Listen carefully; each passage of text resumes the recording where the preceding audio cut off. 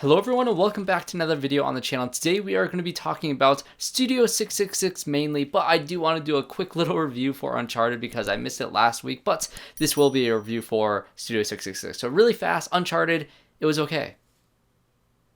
Alright, moving on to Studio 666, let's just get into this movie. It is created by the Foo Fighters. It's written, or it's based on the story by Dave Grohl, who is, the lead member of the Foo Fighters, and they made a horror movie. This movie essentially follows the Foo Fighters band. Yes, they're all playing themselves as they're, struggling to make a new album, so they go to Jeff Garland's character, who is their manager, and he sets up this, this place that they can record an album that may or may not have some weird things going on, and Dave Grohl gets possessed and starts killing his fellow bandmates. And this is a movie that is just pure mindless fun. And honestly, I think if you are a fan of the Foo Fighters, I saw this movie with somebody who's a huge fan of the Foo Fighters, and so she knew, the different inside baseball references to the band, all the different jokes between the band members, all these inside jokes that just went completely over my head, but she was laughing at a lot of them. And so this being a horror comedy, if you are a fan of the Foo Fighters, you will absolutely love this movie. And I think if this movie did anything for me on a personal level, it's that I just gained a whole lot of respect and just a lot of,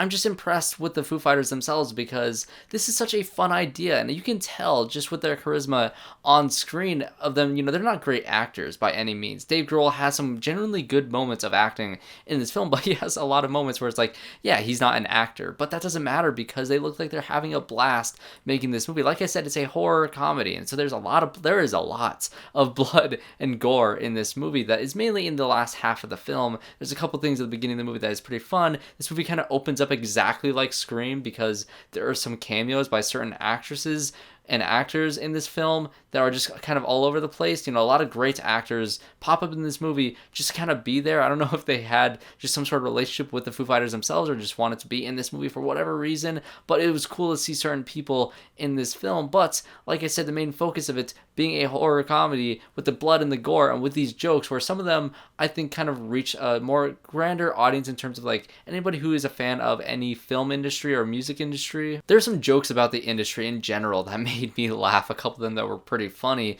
but I think for the most part the comedy mainly works for people who are a fan of the Foo Fighters. In terms of the horror, like I said, it's bloody and gory, and it's very, very well made in terms of the practicality of all the blood and all the effects that they did in this movie. Some of the kills were glorious. Do not watch the trailer. For the love of God, do not watch the trailer because they spoil the best kills in this movie. I think that was my biggest disappointment with this film, is because the trailer looked really fun, and this movie is really fun, but the trailer shows everything. And in terms of this movie as, a film, as a movie, it kind of fails. It has a very basic structure, and there's a lot of scenes where you have characters running to the room and they're kind of expositing all the information you possibly could need to understand what's going on in the plot. There's no visual storytelling in this. It's all, feeding the audience directly with lines of dialogue explaining what is going on, what this curse is, what the possession means for Dave Grohl's character.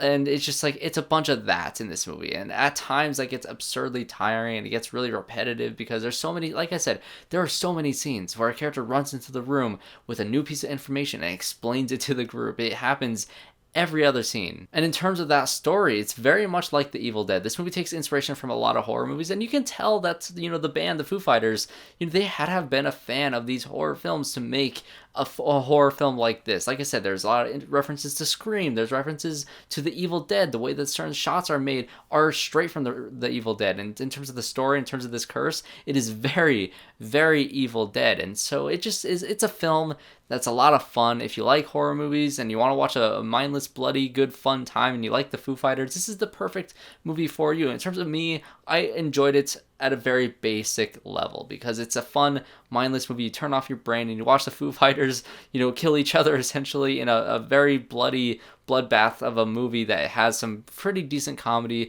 and is decently well made. Like I said, if you're a fan of Foo Fighters, watch this movie. If you're a fan of horror, watch this movie. It's a decent, fun time. And so, just for the sake of this video being absurdly short, I want to get a little bit into Uncharted just for the end of this video. If you want to follow my Letterboxd, I have a bunch of stuff on Uncharted, or not Uncharted, but just in general, a bunch of movies, some little spiels and some little reviews on that. I've been watching a bunch of Batman movies, so I will be having a video out later this week where I'm talking about every single Batman movie that I was able to watch this month. I'm at 18 or 19 Batman movies in right now, and it's been a lot of fun watching a lot of the animated movies that I have not seen. But in terms of Uncharted, I think the casting is a huge thing with the video game, and with everybody saying, you know, oh, it's not Nathan Drake, it's not Sully. And quite frankly, I don't care because I have no connection with the video game. So I didn't have expectations of who these characters should have been.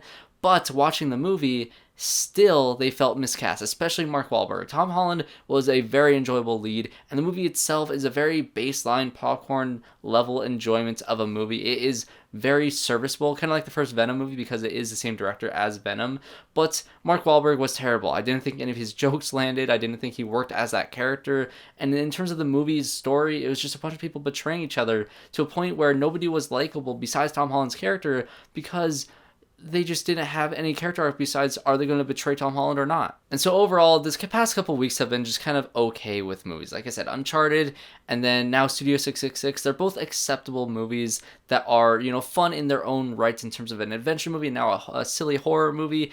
But we're going to be getting into the Batman at the end of this week, and I'm so absurdly excited to watch the Batman. But that'll be it for this video. If you guys enjoyed this review, make sure you guys subscribe to the channel and leave a like if you want to see reviews for the Batman and for all the Batman movies that I will be reviewing later this week. And comment down below what you guys thought of Studio 666 and Uncharted. Sure, why not? This is kind of a throwaway review for that because I've been gone for the past couple weeks because I'm making a movie. I'm making a short film that has been a lot of fun. So thanks guys for watching this video, and I hope to see you all in my next one.